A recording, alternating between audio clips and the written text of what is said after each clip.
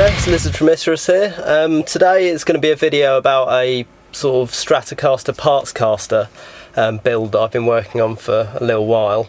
It's one of those things that's just been kind of going on in the background. Occasionally I'll kind of buy another part for it or do a little bit on it, and it's sort of very nearly complete. So I thought I'd film the kind of last stages of it, and I've shot some footage and taken some photos during the process up to now.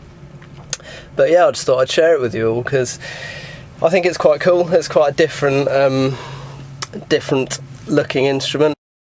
So it all started on eBay when I saw this body for sale, which is like someone's home done Swirl on just a generic Strat body. I've got no idea what make it is or anything. It's not going to be a particularly high-end thing, but I just saw it and it was like an impulse buy. Show you some pics, some photos of it so you can see it in better detail. Just this orange and sort of blue and black swirl, really. So that was the starting point, and I'd been sort of thinking about building a Strat for a while because I don't own a Strat. I never actually have. I've got a Telecaster. I kind of thought it was about time I expanded my tonal palette and got a Strat involved as well. So instead of just buying a standard new Strat or a second-hand Strat or something, I thought I'd build what I wanted and build something a bit unique. Because it's not going to be a guitar I use a lot, just maybe in recording, just for some extra kind of tonal variation. So yeah, that was the start, the body, which I got really cheap. And so then I thought I'd get a neck. This is a quite a good quality neck, so I thought I sort of decided where to put the money in, and I thought the neck, that's your playing area, so that's obviously very important. The electronics, like the pickups and stuff like that, and most of the other hardware and stuff, it doesn't matter too much. I mean, obviously it does, but it's not one of the biggest parts. So yeah, this is actually a license by Fender. It's a Mighty Mite neck, so it's built to Fender spec, so it is a very good quality neck. But yeah, just all maple fretboard, which is also something I wanted because most of my guitars are rosewood or ebony. So I thought, yeah, go for something really different. Body and neck, two of the main components. Oh, by the way, it's going to be all single coil Strat, no humbuckers, because most of my guitars are full of humbuckers. So that's the idea of this, is to make something different for that single coil kind of sound. So pickup wise, I also went all out and I bought a set of Fender Custom Shop Custom 69 vintage pickups. So these are their kind of low output but really well balanced sounding pickups. So obviously with the electric guitar, the pickups are one of the most important things in making its tone. It's not like an acoustic guitar when the wood is super important and the body is super important. So yeah, so I bought a decent, really good set of pickups for it, proper Fender Custom Shop ones. And then looks-wise, I kind of wanted it to be a bit mental because it's already an orange swirl, so it's kind of bright, psychedelic, vibrant and a bit crazy. So what I decided to do was go for a blue kind of scratch plate. I don't know how well this will come out on camera, but I've got pictures that I'll be showing throughout this. So yeah, it's going to be this. Where am I? So yeah, this kind of bright electric pearl sort of blue scratch plate. So that's kind of getting there on the crazy stakes, and same for the back. It's got a matching back plate. Then just to top it off, I thought I'd change all the covers on these nice traditional white Fender pickups and go orange for all the plastic parts. So what's going to happen here is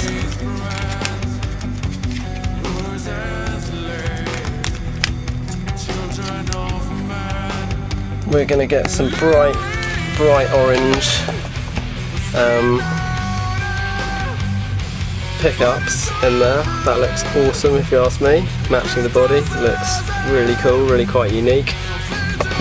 And same thing with everything else, like the knobs and all the other plastic bits, like switch tip. So yeah, we'll have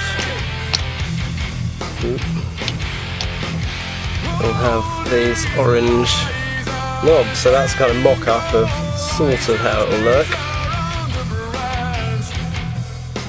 So yeah, theme orange and blue basically.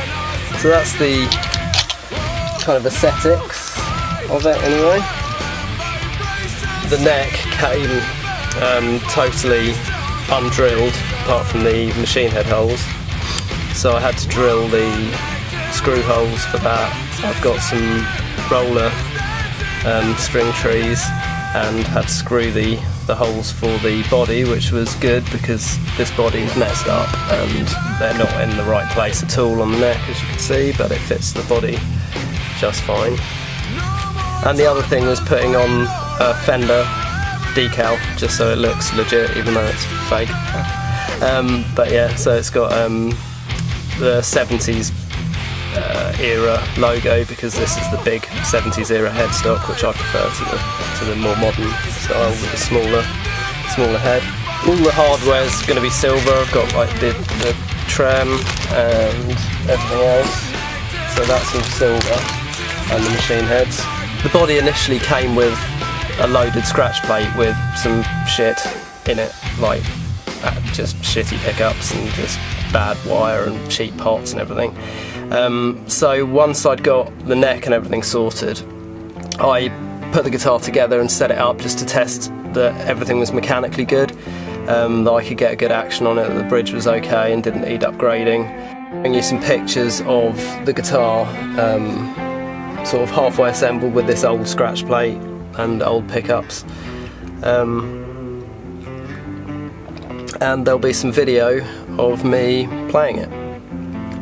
Just jamming on it, and hopefully this will sound a hell of a lot worse than the guitar once I've put the custom 69 pickups in it, hopefully, and it should be.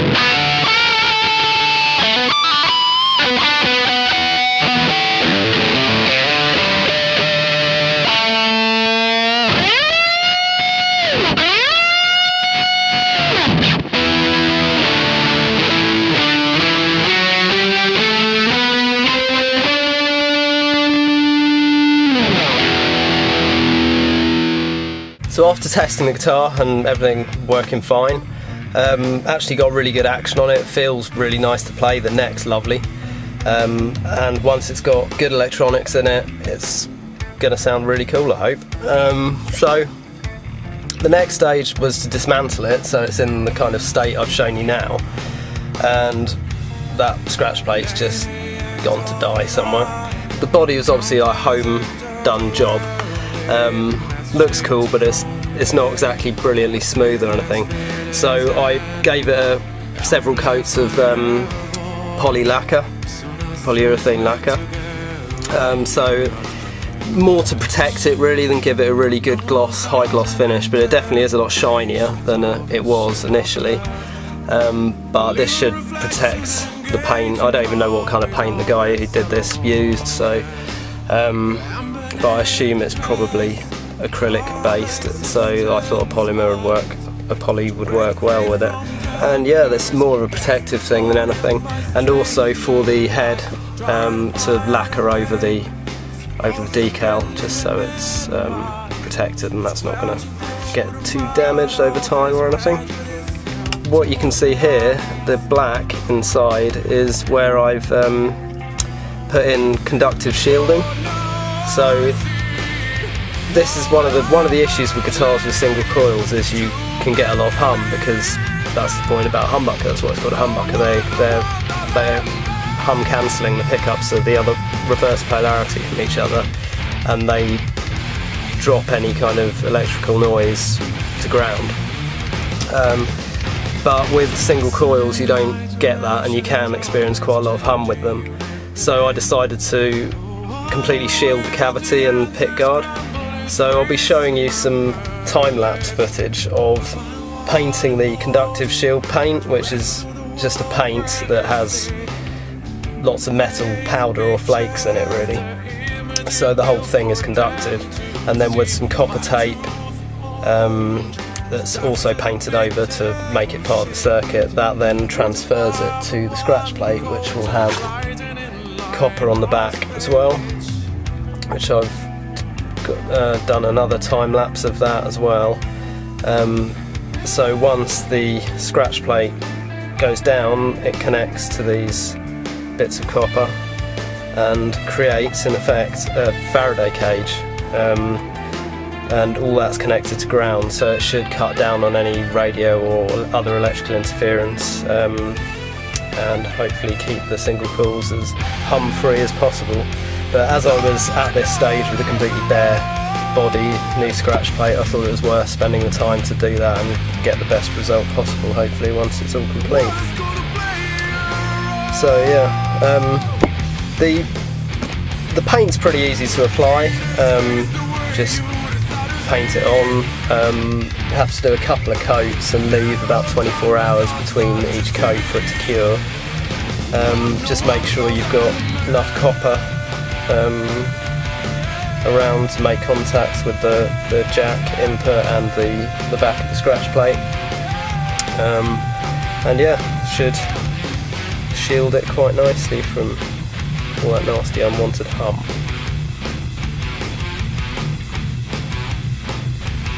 So yeah, that's a little look. I'll do a mock-up assembly of it here. This is kind of roughly what the guitar will look like once it's all done. So in the next video, it will be wiring everything up, doing all the soldering, and just assembling the whole guitar, putting everything back together, setting it up and playing it, so you'll be able to hear what it actually sounds like fully completed, and hopefully it sounds really good. So I hope you enjoyed this look at this Partscaster build. I like it. I think it's going to look awesome once it's all complete. Keep an eye on our channel for the second video where this thing will be completed.